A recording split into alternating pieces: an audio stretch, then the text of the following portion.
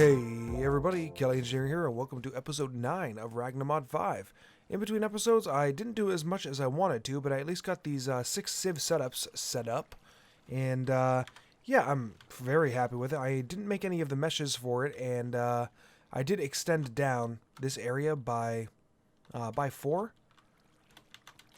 Just so I have a little area to work with, and I'm going to be putting my gravel. This will be sand, dust, netherrack, endstone, and I forget what the other one is.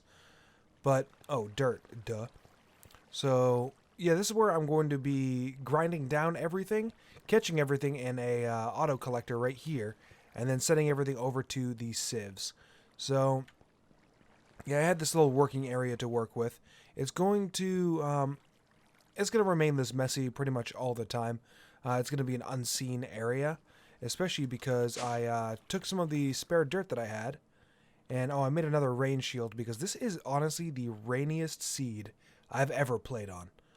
But I set up some dirt where the island is actually going to be. So even though the ground level is like at 83, yeah, the ground level is at 83. The island portion is going to be at ground level 82. And so when I turn this all into a massive island, then yeah, that's where it's going to be. But I added the dirt there, as well as made up this tower and a portion of the wall, and got the, for the most part, the dimensions that I wanted out of each of these walls. So if you look down here, you'll notice that I added chisels and bits to the pack. By personal choice, because there wasn't stuff to make the arches I wanted to, and but then I got this far before realizing, should I even put chisels and bits in the pack? I mean, I know this is like my playthrough, but if I'm going to release the maps like I usually do, that would force people to download chisels and bits and whatever the name of that extra bits mod is. But yeah, that would have forced people to download that, and yeah. Don't really think it's a good idea, so I'm going to leave it in for now. And if you don't think that it should be, I've added too many things to this pack already. If you don't think it should be part of this pack, then yeah, I'll remove it, especially because of the complications it will cause down in the future when people are trying to download these maps. So yeah, that's all I did in between. Oh, that is not all I did in between episodes.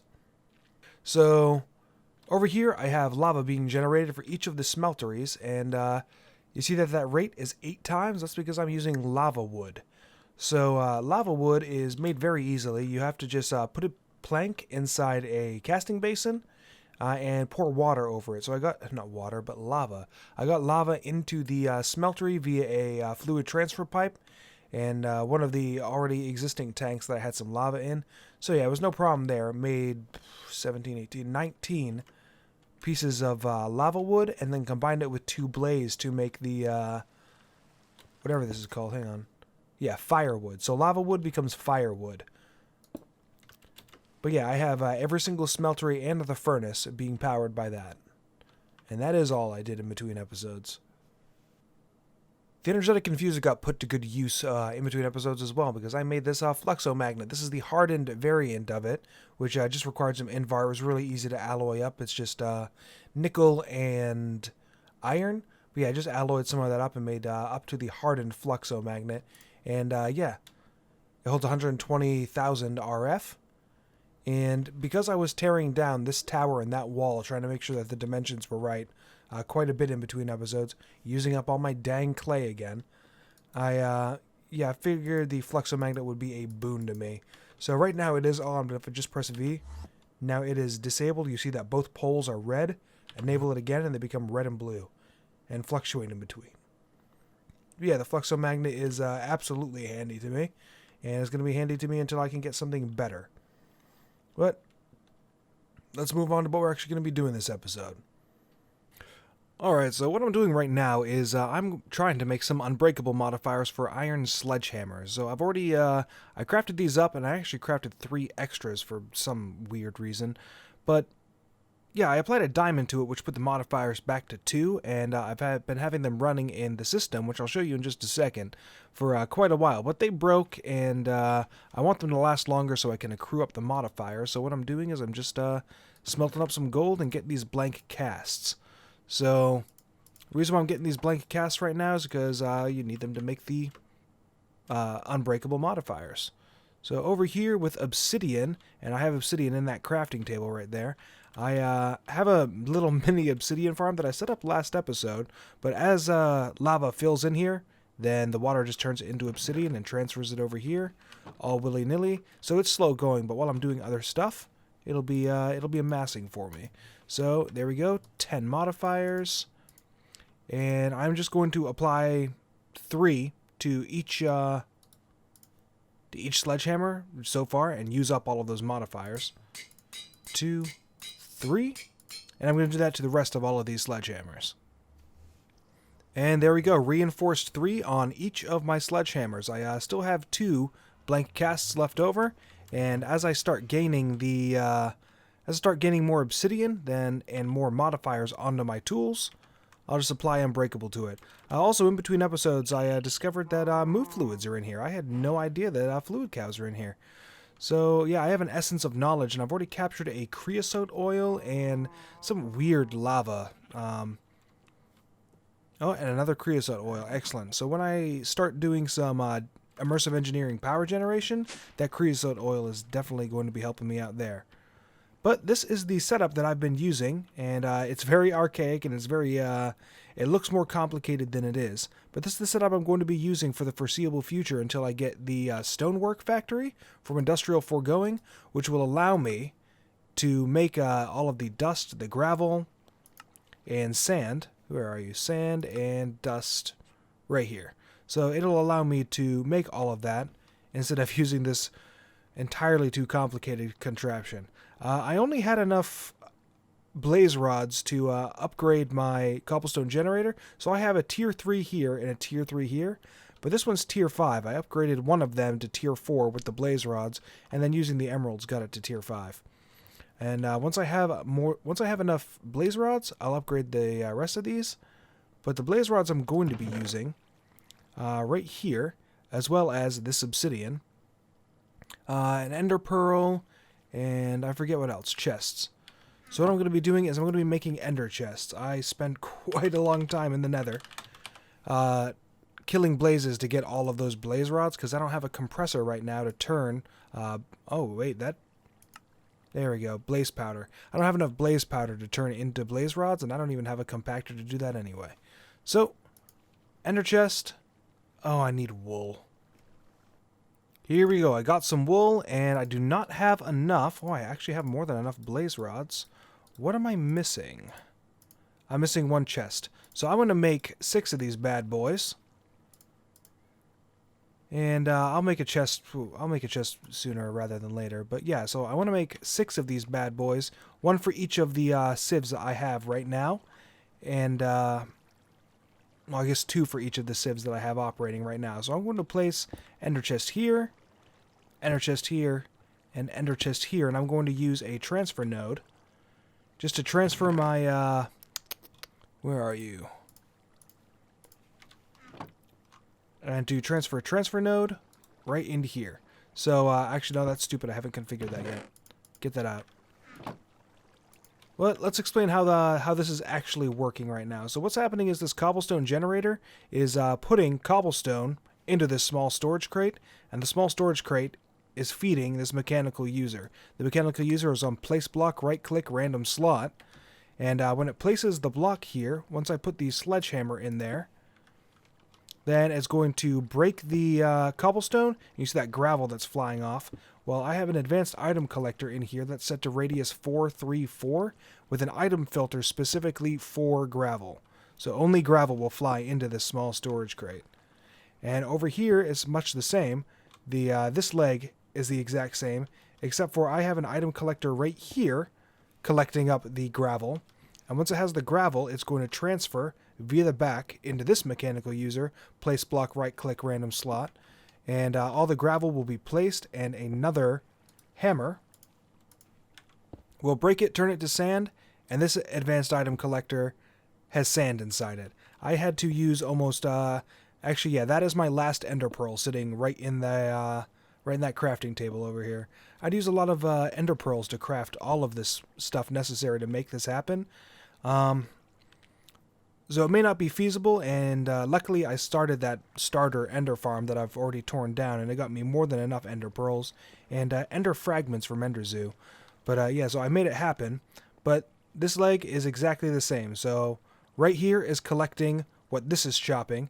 Right here is collecting what this is chopping. And then this is the final result. So all of this dust. I'm going to colorize each of these ender chests and then place it right here. Boop, boop, and oh, the sixth one I don't have yet. So, and it's just going to feed into the drawer, and then the drawer will feed into the auto sifter. And yeah, that's how it's going to be working. One more aside before we continue. In the Project Ozone 3 series, somebody suggested that I make my sledgehammers out of magical wood. Well, magical wood is an item that you can make in here, but it is not a tinker's item. So, magical wood.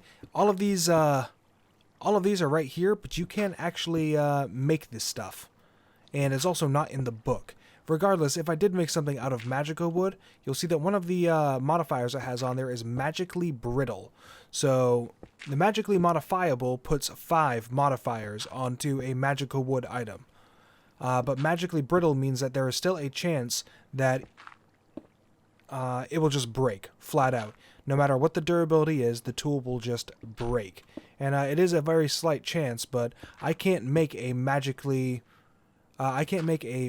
wood sledgehammer and make it unbreakable with those 5 modifiers and put it into one of these mechanical users because there is still a chance that it will break. And I did not see the option to actually craft magical wood sledgehammer piece. So yeah, there's also that. So I very obviously messed up here. So these holes right here and in this building that I'll explain in just a second, these holes exist because something called Endermites exist. And Endermites will attack creepers on sight. Creepers will see them as hostile, and the creepers will then explode, thinking that the Endermite is a player or something. So I have all of these holes here, and I need to light this up immediately. Yeah, see? One of them just exploded.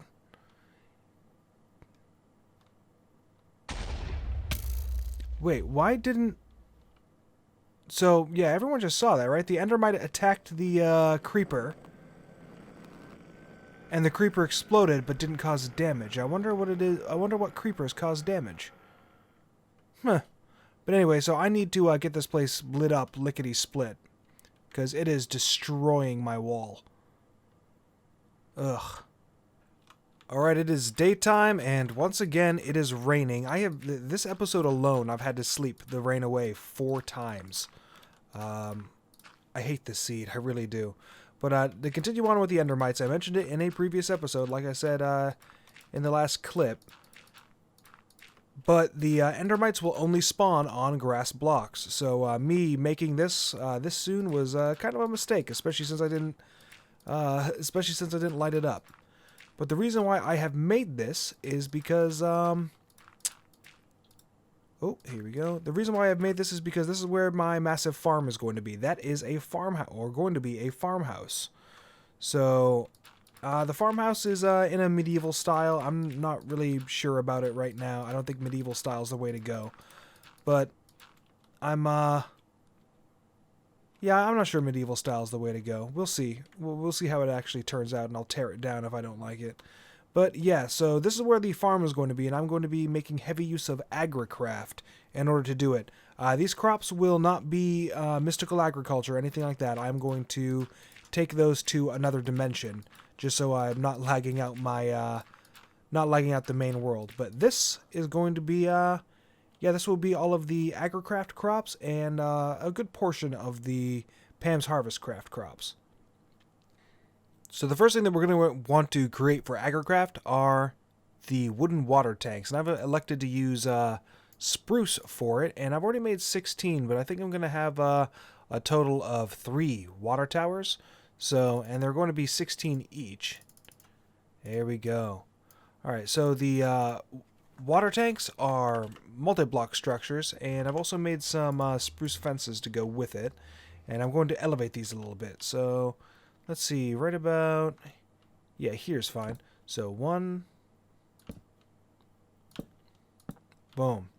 Elevate it again, and put these spruce tanks on top. So like I said, this is a multi-block structure, and I probably could have this a little bit higher if I wanted to, but for now this is fine until I have everything situated. But now that I have made the spruce wood planks, what I need to do is I need to make a irrigation channel. And the irrigation channels are made... That's really weird. I don't know why they want this irrigation channel. But regardless, we'll use 4 planks in a diamond pattern. 1, 2, 3, 4. To make those. After you have the irrigation channel... sorry about that, but once you have the irrigation channel, all you need to do is just put it on the side of one of your water tanks, and it also becomes part of the multi-block. And the multi-block can extend out, all that good stuff. So the irrigation channels can hold 1,000 of 1,000 water, and the same here. The water tanks also hold 1,000. If you manage to supply this with a, you'll see that since this is part of a multi-block, I'm going to go grab a bucket of water. Worth a shot.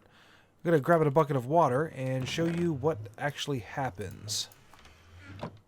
Here we are. So, you'll see that I just put 64, and it's you see that it actually hasn't started showing up anywhere, but there is water in here, and you can see that depending on which block I'm looking at, the water level is different. Awesome. I'm going to try to fill this up as much as I possibly can until some... Oh, thank goodness. Until some water starts showing up.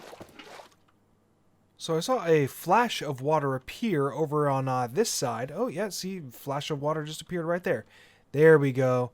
So now that each water level is approximately 1,300, then, yeah, the water actually starts appearing in the tank and filling up. So, and also I realized I misspoke earlier. So the irrigation channels are 1,000, and each water tank is 16,000. So it's 16,000, 16,000, 16,000. So you don't have to worry about that. It's not 1,000 each tank. So, but yeah, I have this thing filling up, and you see that I'm just using a sink with a transfer node, trying to get all of this up. And I'll be back with you after this thing fully fills. And yeah, I'll continue on with the next step, the sprinklers. Alright, now that I have enough water inside the tank, and it's not completely full yet, I'm going to make a wooden channel valve. And good, I already have some levers. And the sprinkler. So I'm going to make 2 of the sprinklers. And yeah, actually, you know what? There's another thing I want to create. 1, 2, 3, 4. Here we are. A wooden irrigation channel. Cool. So, like I said, I have more than enough water in here, and once the irrigation channel hits about, I don't know, 100, 150, the water will actually start rendering in here as well. So what I'm going to do is I'm going to take this wooden irrigation channel and put it right here. And you see that right now the wooden irrigation channel is open, so water can still transfer through. But if you apply a redstone signal to that, you see that it just closed. So now, no water. Water is still filling up in here. 688, 690. Water is not filling up here. Oh, and it even says state closed in Wayla. So, yeah, that is what the wooden channel valve is for. The wooden irrigation channel is, come on. So the wooden irrigation channel, there they are. If I put in something right here, here, and here, you'll see that it'll start transferring the water in any direction that I want it to go. Awesome. And the final design is not going to be like this. It's just merely to show. And finally, you have these sprinklers. So the sprinklers, put one on the bottom, and you'll see that water has started to go over here. So if I... There we go. Look at that. So you'll see that water is now irrigating the farmland. And I'm not even sure the distance. I think the distance is... Can I reach here? Doesn't look it. So it looks like it is a standard. If I put the block of water right here, then it looks like it's the standard 4 away from it. So that's all well and good. And the water is slowly starting to drain from there as well. So I'm going to close this so that no water can escape. And yeah, that is that's basically what the Agricraft irrigation stuff is for. It's pretty handy for if you want authentic looking farms, but it's by no means required. I mean, you can get by with just putting in the block of water right here and calling it good. But yeah, I want to go for the authentic look here, obviously. So yeah, that's what I'm going to do. I'm going to, it's going to take some time to hook up the things that I want to. And in fact, I think before I do that, I'm going to explain how the rest of Agricraft stuff works. Mainly the, Agricraft. Mainly how the magnifying glass, the agricultural journal, and crop sticks work. Alright, the first thing that we're going to create is the seed analyzer. And to go with the seed analyzer, we're also going to need an agricultural journal. So I'm missing crop sticks. Crop sticks are really easy to make. And here we go, agricultural journal. So what the seed analyzer does for us is I'm just going to plop this down right here. Put in the agricultural journal, and you'll see that there's nothing in it right now because I have yet to analyze any seeds, which is what these seeds are for. So I'm going to just plop this in here, let it analyze up real quick. And you'll see that this is now a 111 seed, and this was always a 111 seed, it just wasn't analyzed as such. So now that it has been analyzed, I can flip a page, and you'll see that wheat has now appeared in here because I've analyzed that seed. And this works with most seeds. Works with all the Pam's Harvestcraft seeds, and it works with the, of course it works with the Mystical Agriculture seeds. The next thing that we're going to do is we're going to use these crop sticks. I'm just going to place them down right here. And place these seeds in here in the crop sticks. And you'll see that now that I'm looking at it in, is this the one probe or Wayla? Yeah, it's the one probe. So now that I have these things growing up, I can actually use my watering can, and there we go. See how quickly that's growing up? So now that these have fully grown, you'll see that they're still 111, and I'm just getting a basic amount of wheat from it. But I can also choose to mutate these as well. So I'm going to attempt a mutation, destroy this, place it back down. Now that I have these 4 crop sticks here, I'm going to take my 111 seeds right here, place them down, and then right here I'm going to place another set of crop sticks. So what this means right here is that these can now have the ability to spread over here based on what its parents are. So right now, its parents are these 2 111 seeds, and once they fully grow up, I'll get them to grow up right now. Here we go. So now they grow up. You see right here? This seed is not yet analyzed. So this is something that is not a 111 seed. So I can just break this right now and throw it into my seed analyzer and see what type of seed I get out of it. Here we go. This is a 211 seed. So this means that the 2 means it is going to grow quicker than what the 111s would. So I can just destroy this. And there are much faster ways to go about this. Get rid of this 111. Here's the 211. Place that right here. And another set of crop sticks. Let them grow up, and so on and so forth until you have something called a 10-10-10 seed. And 10-10-10 seed means I'm going to be getting a lot more wheat out of one particular seed. So realistically, you want all seeds to be 10-10-10. This is also not the only type of mutation. So if you look at, let's see here, carrot seeds. So carrot seeds are a mutation between potato seeds and wheat seeds. And there's a 75% chance that it becomes a carrot seed. But these are not the only mutations that a regular seed can do. So with sugarcane seeds, then you could get a barley seed, and that's on regular farmland. But there's stuff like this right here, this Petinia seed. This Petinia seed needs to be grown on gravel, and underneath that gravel needs to be a piece of tin ore. And from that, you will get Petinia seeds. So the Petinia seeds will make, it'll grow tin nuggets for you. So crop produce, here we go, tin nuggets.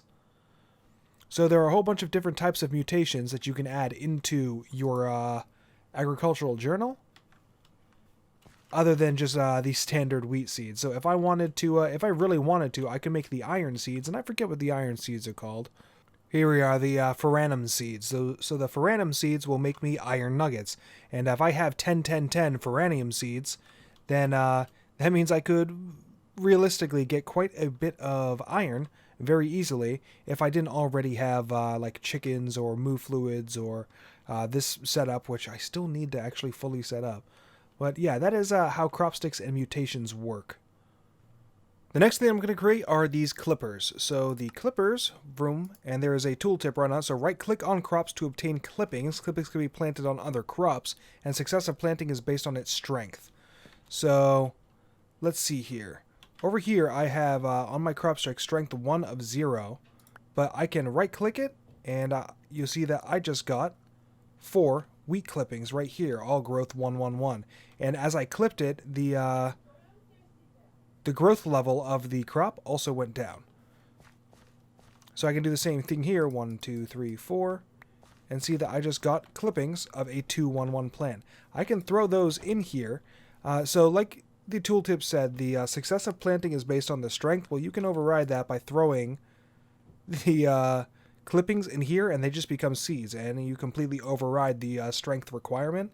So I just have 4 2, 1, 1 seeds now. And I can plant them and try to mutate them and help my chances of mutating. And that's what the clippers are for, and they're just very handy, especially if you want to get by the clippings don't always... Here we go. The clippings don't always plant successfully. The next thing that we need to create, come back over here, is, where are you? The magnifying glass. Now, since I have the one probe is installed in the mod pack, the magnifying glass is not necessary, but what the magnifying glass could be used for is when you look over a crop, you'll see in the console down in the bottom left. Well, that definitely should have worked. Here we go. So shift, right click. And down in the console it says in the magnifying glass there's brightness 12 of 15, which means that this crop can grow. It is light enough that they are wheat seeds, and what the actual strength of the seed is. The plant is fertile and can grow. So yeah, that's what the magnifying glass is for, but since you have the one probe, all of that information is just readily available to you anyway. Alright, so I mentioned this before, but you see that even though I didn't have the crop sticks over here ready for the mutation, since I didn't have the ready for mutation, you'll see that I just got 2, 1, 1 seed spread over here, and it's spread over here. So there is a chance that if the crop sticks are not in mutation mode, that anything that you have planted will just spread over to the crop sticks randomly. There's also a chance that weeds can grow. I just took a look through the configs, and it looks like weeds are set to grow in this pack, so I have to be careful of that. If weeds did grow, then all I have to do is make this wooden hand rake or the iron hand rake, and it would actually remove the weeds from the crop at the risk of completely destroying the crop and you losing a crop stick out of it. It's a 50. It says 50% chance, but I have yet to see one grow. So even though the configs say that weeds can grow, I'm not sure whether or not they will. There isn't a true and false boolean in there. So yeah, then that means the last thing I want to create is this trowel. So the gardening trowel is just used to transfer. Here we go. The trowel is currently holding a plant, and put a crop stick. There we go. I just replanted that that crop over here, and it just, other than having a wheat farm, and I want to be able to use a mutation other than breaking the plant itself, I could just pick it up, move it over where I want it to go, and bada bing. But yeah, that's the gardening trowel, and that is all of the that is the most useful tools in Agricraft. It's actually all the tools in Agricraft. And with that, I'm actually going to call the episode here. In between episodes, what I'm going to do is I'm going to spend a very long time, and as such, the episode will not be released until Saturday night.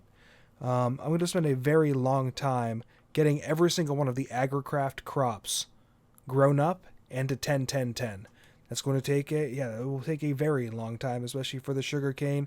And some of these only have a 25% chance of mutating. So it's going to take a while before the foranium and the red seeds turn into like the aura gold seeds, which will give me gold nuggets.